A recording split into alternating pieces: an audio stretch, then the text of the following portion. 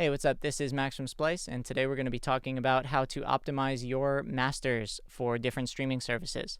Different services have different loudness targets, so in this video I'm going to explain what those targets are and then talk about how to export your mastered audio so that it sounds great on all streaming platforms. You know how sometimes if you're watching TV, one commercial will be way louder than all the others and it'll like blow out your eardrums until you scramble for the remote to turn it off?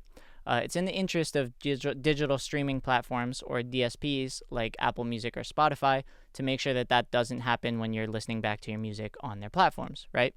So in order to make sure that that does not occur, they apply something called normalization. That means that when you upload your track to a distributor to go onto a streaming platform, the DSP will analyze your audio for its loudness, and then it will adjust the gain of your audio accordingly. So it'll turn it up and down. For this video, we're going to assume that we're only talking about one track, but this can also happen for album normalization, not just track-by-track normalization.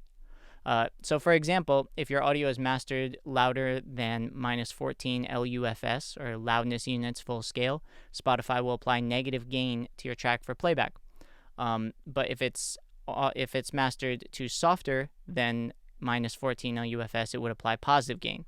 So some people think that this means that you have to export a different version of your song mastered at different levels so that it fits on Spotify or so that it hits the loudness target for whatever digital streaming platform you're targeting. This is a myth. Most distributors won't even let you do that, so it's really not worth trying to do it. There are a few exceptions. For example, maybe you want your track to be really loud on SoundCloud, which does not imply normalization. Or maybe you're going to be making your track for club situations where you want it to be really loud so that you don't have to adjust the gain too much while you're DJing. But in general, it's not worth bothering to export a different version for each DSP. With that said, here's a few tips in iZotope's new Ozone 9 that will help make sure that everything is good to go and above board for making your masters sound as good as possible. Great. So I have here the new Beak record, which I'm actually working on mastering. I'm going to give you 4 different tips. So number 1 would be use a reference. You should master to a reference whenever you master, period. That means find a track that you think is mastered well, sounds nice, and listen back and forth to it while you're going.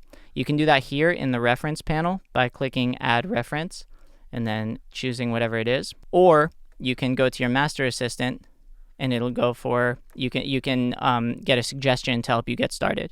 So for this track, we're going to use the modern module. We'll use this reference, and you see since we already loaded one, it's here for us. And then the destination is going to be for streaming. So let's play it at the loudest part.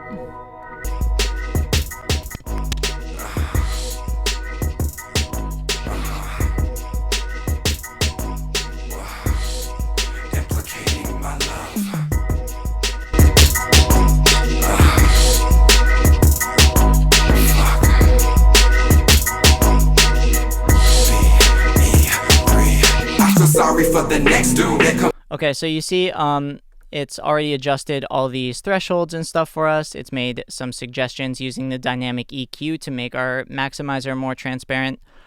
What we really want to do to make sure that nothing gets lost in the process when we're going to a streaming service is turn on true peak levels. Using true peak levels will allow you to limit clipping that might happen during the transcode process. So because digital streaming platforms stream lossy files like MP3 or M4A, for example, or OGG Vorbis, they will have to go through a transcoding process, meaning that they're downsampled to that file format from a lossless file format. So in order to make sure that no additional distortion gets applied during that process, Spotify suggests mastering to -1 dB ceiling with the true peak preference on for not very loud audio. Like if it's not -14 LUFS, if you're making electronic music or rap, it's probably up there already. They suggest using -2.0 dB as a ceiling. You can also try learn threshold. So like if you set this here and play some audio,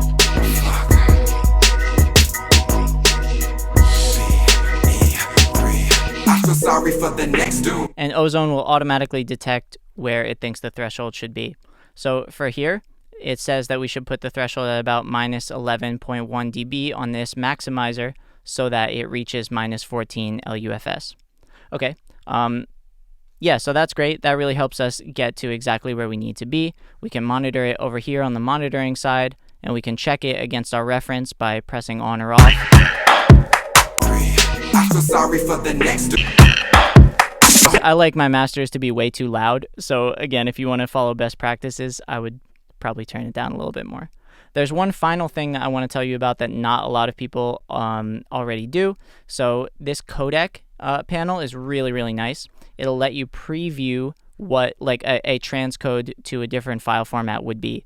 So right now we're obviously listening to a wave, but let's say we wanted to see what it would sound like as a 96 kilobit MP3. I feel sorry for the next dude that come after my ex to pop my shit like a bullseye pin and think that he gon' win. Yeah, my heart is locked tight. Ain't never. I feel sorry, bitch. Sorry to the next boy, cause I'm damaged from my ex-boy. You can try, but you might fail, boy, to get to my heart. Can you hear the difference? I'm not sure whether you can or not on YouTube, but I'm sure you could if I solo the artifacts. So this is all the distortion that's going to be introduced into your track if you play it back at 96 kilobits. Let's try it at 192, for example. Okay, I mean, not quite as bad, but still pretty noticeable, right? Let's try and see what happens if we turn down the threshold a little bit and decrease the limiting. I feel sorry, bitch. I mean, we definitely hear less artifacts, but the audio is louder or less loud in the first place, so that stands to reason. Anyway, those are a few tips that you can use to make your masters as good as possible. So let's recap. Always mix to a reference and always master to a reference as well. You can do that with the reference panel right here, or you can do it in the Master Assistant. You can use the Learn Threshold tool to help you set to a certain loudness target if you really want to go after a specific number like minus 14, which is what Spotify uses. You should use the True Peak Preference to help limit clipping that might happen as a result of the transcode process, and make sure to check your masters with codec preview if that does seem like it's something that's helpful to you. For me, that's not a super necessary step, but it is just really nice to know what exactly is going to happen when people stream your music. Anyway, thanks for watching and enjoy your mastering.